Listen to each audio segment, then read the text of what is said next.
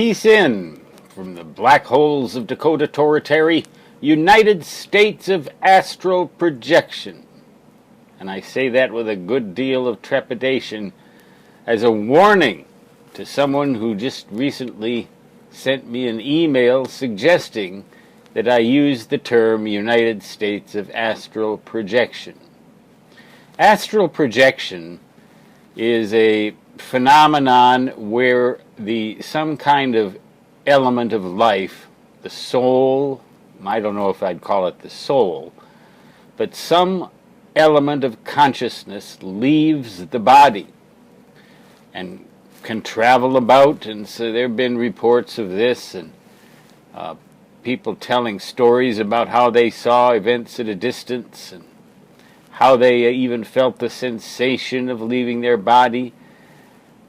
I'm 61 years old right now, and back when I was about 17 or 18 and on the swim team at John Marshall High School in Rochester, Minnesota, where I wanted to be a champion if I could, didn't quite make it, I was kind of getting into that phenomenon because I thought it'd be a fabulous way to travel around and look at the planets and the stars and the galaxies and observe things that I would never be able to see unless I traveled there either in spirit or in reality.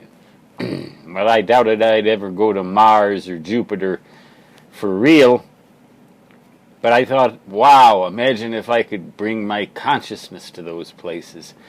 And I became very interested in this phenomenon, and I read a bunch of books about it, and one night, I got to tell you, I think it may have really occurred. I may really have had an astral projection experience. And as time wore on, my interest grew into an obsession. Now, I tend to have an obsessive-compulsive personality. I'm aware of that, and maybe not everyone does. But I read one book in particular in which the author suggested that in order to facilitate the spirit parting from the body, which supposedly occurs when you die, you would have to deliberately damage your health, deliberately become ill to weaken the tie between the spirit and the body. And when I read that, I knew I was in trouble. I'd already become quite obsessed with this whole idea, and it was disrupting my sleep because it tended to occur at night during sleep events. There were a lot of interesting experiences that I had while trying to do that, some of which I am pretty sure were just dreams, a few of which might have been something more.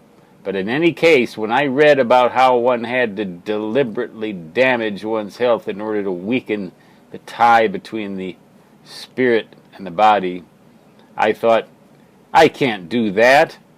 I want to become a champion swimmer. It would be insane to deliberately damage my health in order to leave my body to travel to the planets.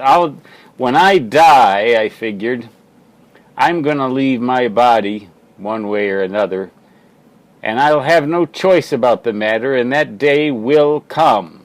But life, I decided, was for living here on this earth, not for living outside of the body. Life was meant to be lived in the body.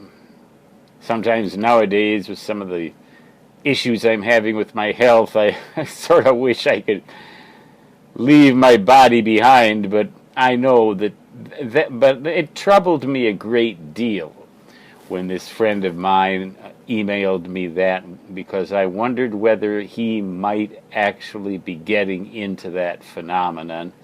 And for anyone who is trying to do that, my own personal advice to you, you can take it or leave it, is stay away.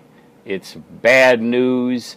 It can not only lead to obsession over the whole thing, but there does exist the possibility of dark forces getting in and messing with your spirit, and I want nothing to do with it.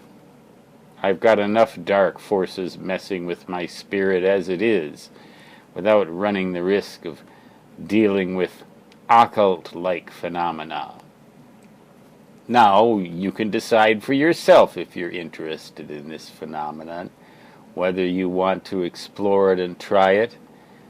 But as for me, forget it.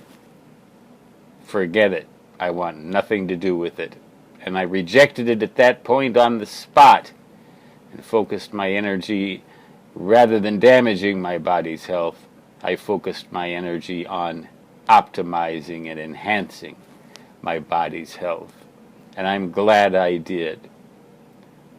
So that's a little message from here, a little warning, a little caution, and, if you like, the opportunity to tell me that I'm full of baloney and to mind my own business. Well, what's said has been said, and I stand by it.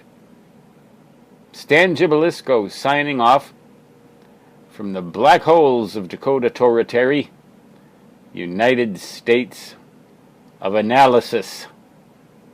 Until next time, peace out. So long.